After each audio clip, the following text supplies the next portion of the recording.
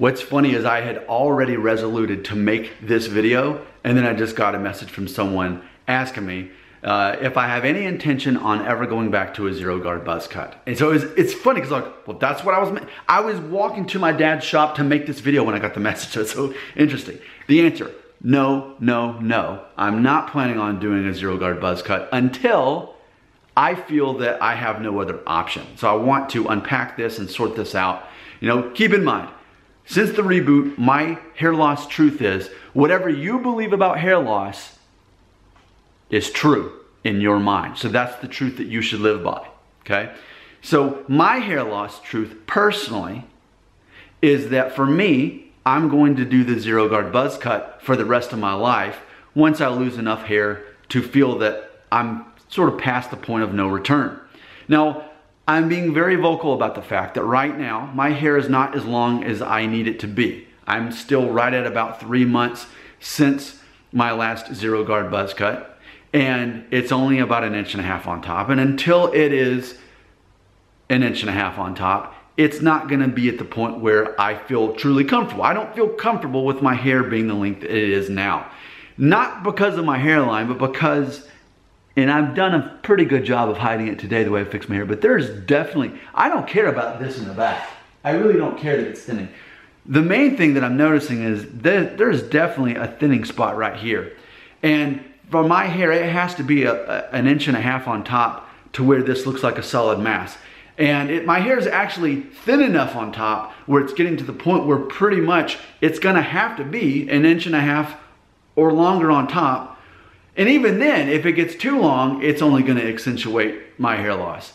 So I'm getting to the point with my hair where it's either zero guard buzz cut or 1.5 inches on top. However, if my hair tends to progress as I'm tending to lose more, then eventually it's gonna get to the point where by default, I'm gonna be more of a Norwood 4.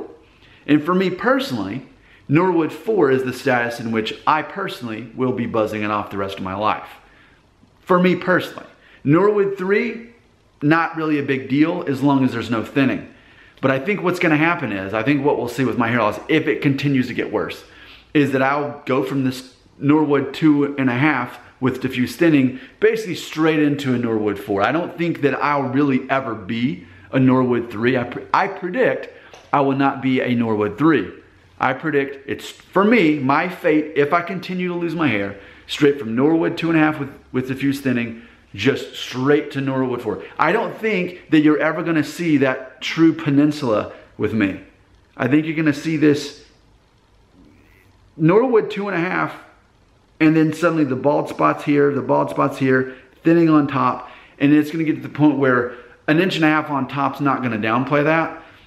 So I'll just feel most comfortable just buzzing it off. So what I'm saying is, I have zero intentions on doing another zero guard buzz cut until that day comes. When will that be? Maybe in 13 years when I'm 50. Maybe in 3 years when I'm 40.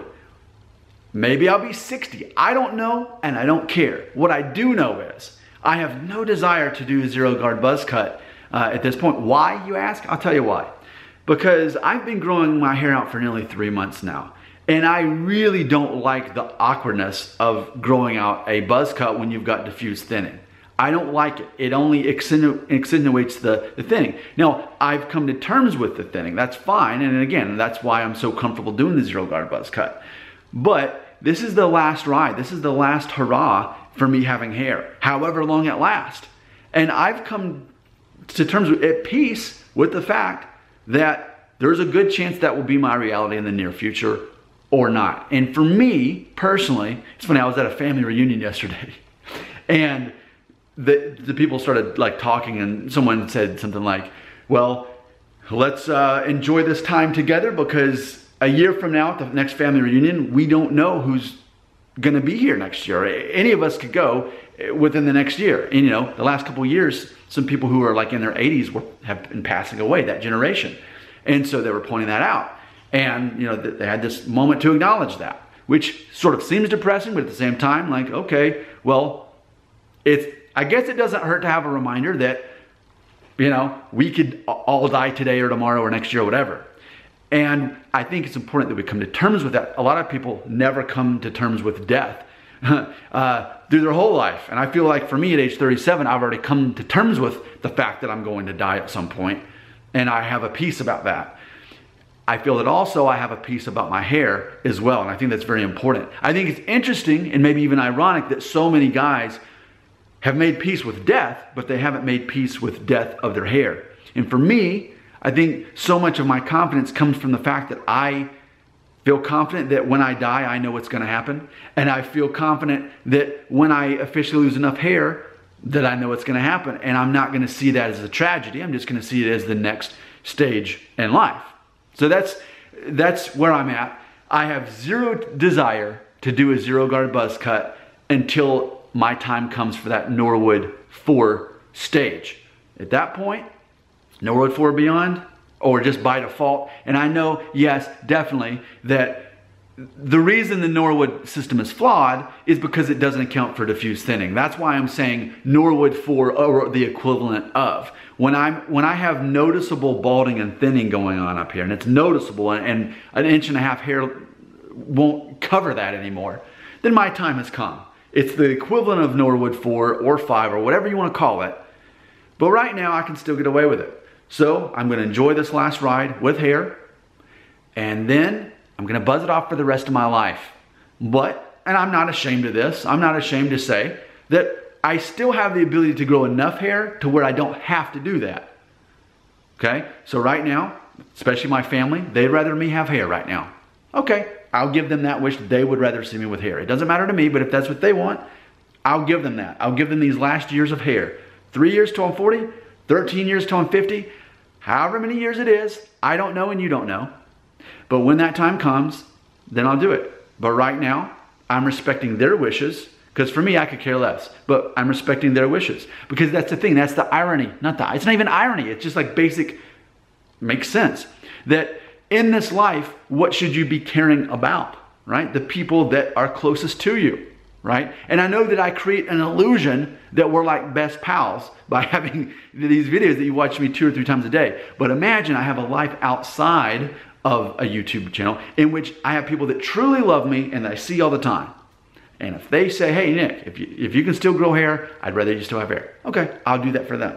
And then when that option's not anymore, I will totally embrace the zero guard buzz cut like I did those 3 months.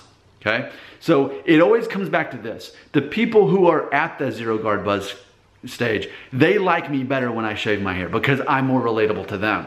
However, a lot of my audience isn't there yet. They're more like this. They have a receding hairline or maybe some diffuse thinning. So I'm more relatable to them because I'm still rocking what I still have while I still have it, and I'm relatable to them. That's something that's the psychology of being a YouTuber that has hair loss. I have all these demographics to cater to, and when I most line up with someone else's perspective of the world, they like me better. And when I don't, then I'm not as likable and relatable as a character.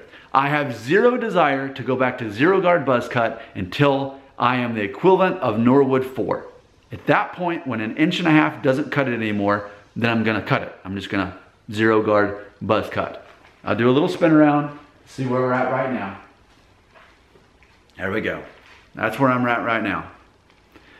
I have no idea when the day's gonna come where I'm gonna do that zero guard buzz cut. But until then, I'm not gonna do it. George W. Bush Sr., not gonna do it, not gonna do it. That's me about zero guard buzz cut. I've already, because for me on this channel, I already admitted that I'm making money. I'm making like $85 a month outside of the ads that show before the video. I'm making $85 a month mainly from selling the Remington Shortcut Pro that I use to buzz my hair because of the ads before that Amazon link. People click it and then they buy it after they see me shave my head. So I made 100 videos or more with the zero guard buzz cut.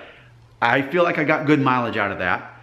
And while I still have hair, I need to cater to that part of my audience because there's a good chance, because I'm pretty much halfway through my life at this point. I'm 37. You double that, that's the average lifespan of a man who lives in Tennessee. So I'm halfway through my life. And I think there's a good chance for most of the second half of my life, I will be a zero guard buzz cut guy. But I don't know when that's gonna happen. Until then, I'm gonna cater to the people in the audience who still have hair and want to see me have hair. And then they can be disappointed once I'm Norwood 4 equivalent and I'm buzzing it off. That is my hair loss truth.